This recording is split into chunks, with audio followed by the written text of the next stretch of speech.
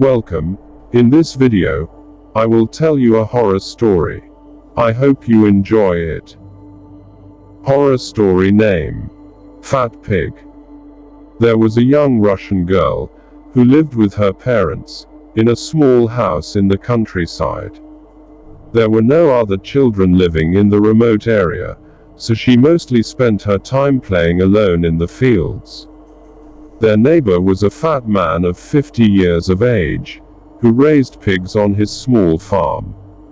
She was disgusted by the constant smell of manure that came from his farm, and the never-ending oinking of his pigs. Whenever she played in the fields, she would notice him standing at his fence, and staring at her intently. The strange way he looked at her gave her the creeps. One night, as she was about to fall asleep, she heard a strange scratching at her bedroom window. She sat up in bed, and switched on the lamp on her bedside table. The curtains suddenly parted, and she screamed in horror. There was a huge, fat pig climbing in her bedroom window. Its hooves were scratching, and scrabbling, at the windowsill, as it tried to pull itself up. She cried out for her parents, as the pig struggled through the window, and tumbled to the floor.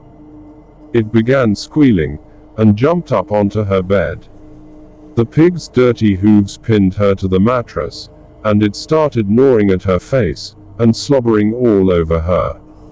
The terrified girl fought desperately to keep it from biting off her nose. Her face was covered in drool. Just then, her father rushed into the room, brandishing an axe. When he saw the enormous pig on top of his daughter, he let out a yell, and began attacking it. The fat pig squealed, and raced around the room.